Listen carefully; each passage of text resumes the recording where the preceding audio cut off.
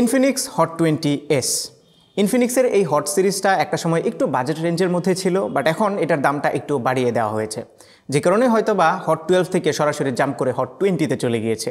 So এই ফোনটার দাম নির্ধারণ করা হয়েছে 18,999 টাকা এবং এই দামে এই ফোনটিতে আছে 5000 mAh battery, Helio G96 processor, 50 মেগাপিক্সেলের প্রাইমারি ক্যামেরা, ডিসপ্লেতে 120 Hz রিফ্রেশ রেট, 8GB এবং 128GB ইন্টারনাল স্টোরেজ এবং র্যাম। দাম এবং স্পেসিফিকেশন মিলিয়ে আপনারা বলতেই পারেন যে খুব ভালো একটা ডিল হবে এই ফোনটা, বাট পেপার স্পেকে আসলে কেমন পারফরমেন্স করছে সেটাই আমরা টেস্ট করেছি। অ্যান্ড আই থিঙ্ক বেশ ইন্টারেস্টিং কিছু রেজাল্ট বের হয়ে আসছে যেগুলোতে আপনারাও এগ্রি করবেন। সো প্রথমেই আমরা এই ফোনের ডিজাইনটা নিয়ে কথা বলি। প্রথমত এটা প্লাস্টিক বিল্ডের একটা ফোন, যদিও খুব একটা চিপ ফিল হয় না হাতে, তবে পেছনে একটা গ্লসি ফিনিশ দেওয়া হয়েছে, যার ফলে একটা প্রবলেম আপনারা ফেস করবেন, সেটা হচ্ছে প্রচুর পরিমাণে ফিঙ্গারপ্রিন্ট এবং স্মার্চেস লাগে। সো ব্যাক কাভার ইউজ করলে কিছুটা ক্লিন রাখতে পারবেন ব্যাকটা।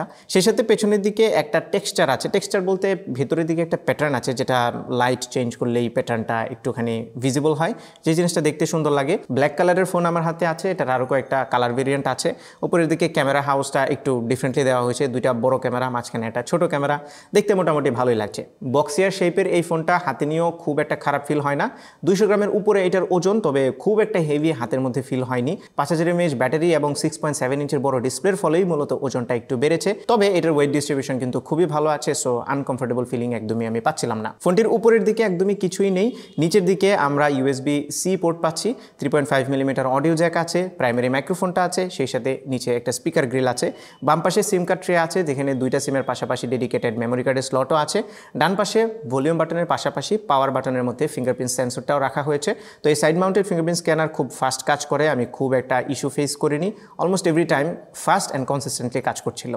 ভালো ব্যাপার হচ্ছে এই ফোনটিতে স্টেরিও স্পিকার দেওয়া হয়েছে, অ্যান্ড ইনফিনিক্স তাদের অনেক ফোনে স্টেরিও স্পিকার দেয় এই প্রাইসে। এটা কিন্তু আসলে সারপ্রাইজিং অন্যান্য ব্র্যান্ডের জন্য, বাট ইনফিনিক্সের জন্য এটা খুবই কমন একটা ব্যাপার। সো সাউন্ড কোয়ালিটি নিয়ে আমার কোনো কমপ্লেন নেই। কন্টেন্ট ওয়াচিং গেমিংয়ের সময় এটার সাউন্ড কোয়ালিটি খুব ভালো সাপোর্ট আমাকে দিচ্ছিল, অ্যান্ড আপনারাও কন্টেন্ট ওয়াচিংয়ে স্পেশালি খুব এনজয় করবেন এটা সাউন্ড। আর এই ফোনের ডিসপ্লেটা হচ্ছে 6.78 ইঞ্চির ফুল এইচডি প্লাস রেজুলেশনের একটি IPS প্যানেল, যেটাতে 120 Hz রিফ্রেশ রেট দেওয়া হয়েছে, অ্যান্ড উপরের দিকে একটা ছোট্ট ক্যামেরা কাট আউট আছে। সাইডের বেজেলগুলো মোটামুটি ন্যারো, যদিও নিচের দিকের চিন আছে ভালো রকমেরই। তবে এই ডিসপ্লেটার স্পেসিফিকেশান যতটা এই প্রাইসে ইমপ্রেসিভ, এটার পারফরমেন্স কিন্তু ততটা ইমপ্রেসিভ ছিল না, স্পেশালি রিফ্রেশ রেটের বেলায়। সেটাতে 120 Hz রিফ্রেশ রেট আছে, আপনি চাইলে 120 Hz, 90 Hz, ইভেন আরেকটা অপশন আছে অটো সুইচ, যেটা অনেবল রাখতে পারবেন। সো আমরা টেস্ট করার জন্য 120 Hzটা সিলেক্ট করেছিলাম, অ্যান্ড আমরা কিছুটা হতাশ হয়েছি, কারণ এই ফোনটা শুধু ইউআইতে 120 Hz আমরা দেখতে পাচ্ছিলাম, অন্য কোনো অ্যাপে সুইচ করলে সাথে সাথে সেটা 90 Hz নেমে আসছিল, এবং মাঝে মধ্যে এটা 60 Hz নেমে আসছিল। ফর এক্সাম্পল ইউটিউব ওপেন করে যদি আমরা একটু স্ক্রল করি, ইউটিউবে 60 Hz ডিটেক্ট করছিল, আমরা কিছু কিছু অ্যাপে 90 Hz পাচ্ছিলাম। তার মানে কনস্ট্যান্ট 120 Hz কখনোই আমরা দেখতে পাচ্ছিলাম না, ইভেন দো আমরা 120 Hz সিলেক্ট করে রেখেছিলাম ডিসপ্লে সেটিং থেকে। তার মানে এই 120 Hzটা শুধুমাত্র কয়েকটা জায়গাতে, স্পেশালি এটার ইউআইতে কাজ করে, অন্যান্য জায়গায় কিন্তু কাজ করে না। সো এই জায়গাতে আমি এই ডিসপ্লে থেকে কিন্তু খুব একটা ভালো এক্সপিরিয়েন্স পাইনি। এর বাইরে এই ডিসপ্লের কালারগুলো ঠিকঠাক ছিল, আমি কোনো ধরনের কালার নেগেটিভিটি পাইনি, সেই সাথে ভিউইং অ্যাঙ্গেলও ঠিকঠাক ছিল, এবং ডিসপ্লের টাচ রেসপন্সও খুবই ভালো। এই জায়গাগুলো নিয়ে কোনো প্রবলেম নেই, শুধুমাত্র রিফ্রেশ রেটটা আমার কাছে কিছুটা গিমিকি মনে হয়েছে 120 Hzটা। যদিও এটা একটা হার্ডওয়্যার কিংবা সফটওয়্যার ইস্যু হতে পারে, যদি ইনফিনিক্স চেষ্টা করে তাহলে হয়তো সফটওয়্যার আপডেটে ফিক্স করতে পারবে, I am not sure about that, but আমার কাছে মনে হচ্ছে এই জিনিসটা ফিক্স করা দরকার ছিল। হার্ডওয়্যার সেকশনে এই ফোনটিতে মিডিয়াটেকের Helio G96 প্রসেসর ইউজ করা হয়েছে, অ্যান্ড এই প্রসেসরটা এই প্রাইস রেঞ্জে গেমিংয়ের জন্য স্পেশালি খুব ভালো সাপোর্ট দিয়ে থাকে। এটা ডে টু ডে টাস্কে তেমন কোনো সমস্যাই আমি ফেস করিনি। 8GB র্যাম মাল্টিটাস্কিংয়ে খুব ভালো সাপোর্ট দিচ্ছিল। এটা হচ্ছে LPDDR4X র্যাম, আর এটাতে একটা ভার্চুয়াল র্যামেরও অপশন আছে, যেটা আমার মনে হয় না খুব একটা দরকার পড়বে। 8GB RAM is more than enough. আর গেমিংয়ের কথা যদি বলি, তাহলে এইটা দিয়ে আমরা PUBG, call of duty mobile এই দুইটা গেম খেলেছি, এবং দুটো গেমই হাই গ্রাফিক্সে আমরা খেলতে পেরেছি। যদিও এটাতে আমি অ্যাকশন মোমেন্টগুলোতে মাঝে মধ্যে একটু ফ্রেম ড্রপ দেখছিলাম, বাট সেটা খুব একটা নোটিসেবল ছিল না। So game play experience was really good, specially এটা স্টেরিও সাউন্ড এক্সপিরিয়েন্স এবং বড় ডিসপ্লে আর মিডিয়াটেকের Helio G96 সব কিছু মিলিয়ে যদি একটা গেমিং সেন্ট্রিক ফোন খোঁজেন, তাহলে এইটা আপনাকে মোটেই হতাশ করবে না। তবে আপনাকে যেটা হতাশ করতে পারে সেটা হচ্ছে এই ফোনের ইউআই। এটাতে Android 12 আছে আউট অফ দ্য বক্স, এই জিনিসটা ভালো, কিন্তু এটার যে XOS আছে সেটা আমার কাছে মনে হচ্ছে যে খুব একটা আধুনিক হতে পারছে না। হ্যাঁ, ফিচার রিচ, এটাতে প্রচুর পরিমাণে ফিচার আছে, তবে লুক ওয়াইজ আমার মনে হয় আরেকটু ইমপ্রুভ করা দরকার। সেই সাথে এখনও আমরা প্রি ইনস্টলড অনেক অ্যাপ দেখতে পাচ্ছি, এই জিনিসগুলো কিন্তু একটু বদারসাম মনে হয়েছে আমার কাছে। এবং ইউআইটাকে আরেকটু যদি মিনিমাল করা যেত তাহলে মনে হয় মানুষ আরেকটু বেশি পছন্দ করতো। এখন এইটা আসলে পার্সোনাল প্রেফারেন্স। আমি ইউআই নিয়ে একটা কমপ্লিট ভিডিও বানিয়েছিলাম যে আপনার কাছে বেস্ট ইউআই কোনটা মনে হয়, যেটা আপনি 5 বছর ইউজ করবেন সেটাই আপনার কাছে বেস্ট মনে হবে, কারণ এটার প্রত্যেকটা অলিগুলি আপনি চিনবেন। আবার নতুন একটা ইউআইতে আসলে আপনি অনেক কিছুই বুঝবেন না, তখন আপনার কাছে হয়তো এটা পছন্দ হবে না। সো ইউআইটা কমপ্লিটলি পার্সোনাল একটা প্রেফারেন্স। তবে আমরা যেহেতু টেস্ট করি রেগুলার অন্যান্য ফোন, সেই বিবেচনায় আমার কাছে মনে হয়েছে ইউআইটা আরেকটু ইমপ্রুভ করা উচিত, স্পেশালি এটার লুক এবং ডিজাইন ওয়াইজ।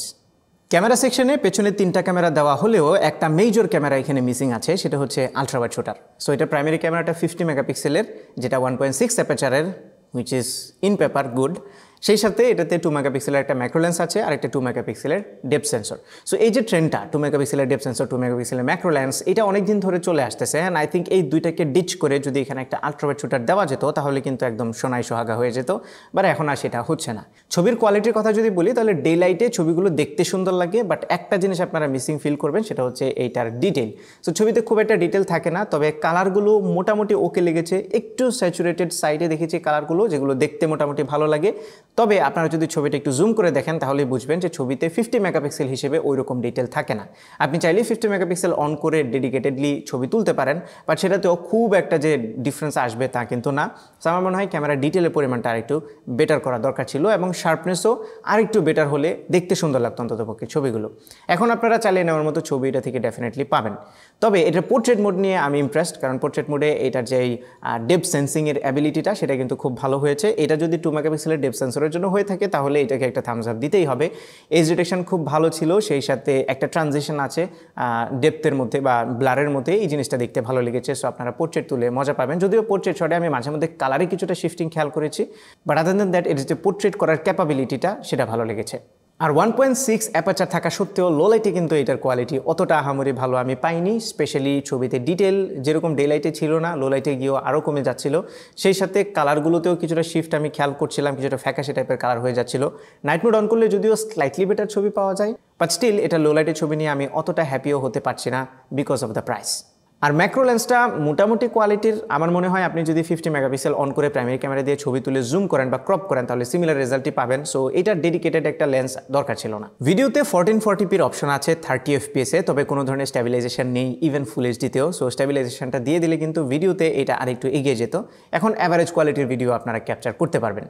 ফ্রন্ট ক্যামেরাটা 8 মেগাপিক্সেলের, এটার সেলফিগুলোও সোশ্যাল মিডিয়াতে শেয়ারেবল। আগের মতোই ডিটেল একটু কম, তবে দেখতে খারাপ লাগে না খুব একটা। 8 মেগাপিক্সেল হিসেবে মোটামুটি চলার মতো ছবি এটা থেকে আপনারা পাবেন। তবে লাইট কমে গেলে কিন্তু ফ্রন্ট ক্যামেরার সেলফিও খুব একটা ভালো রেজাল্ট আপনাকে দেবে না।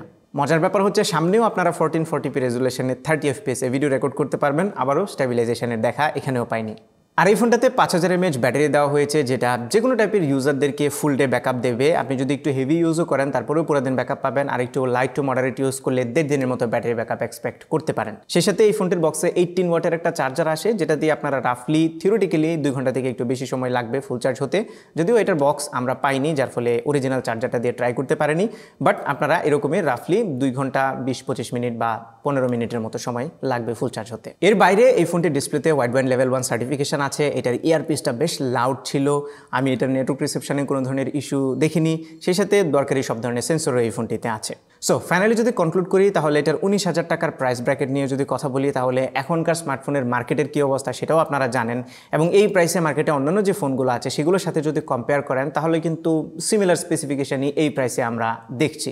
সো সেই বিবেচনায় এই ফোনটিকে মোটামুটি মানে অ্যাভারেজ কোয়ালিটির বলতে হবে, কারণ কয়েকটা জায়গাতে আমার মনে হয় ইমপ্রুভ করলে এই ফোনটাকে আরেকটু বেটার রেটিং দেওয়া যেত, অ্যান্ড সেটা হচ্ছে স্পেশালি ডিসপ্লে।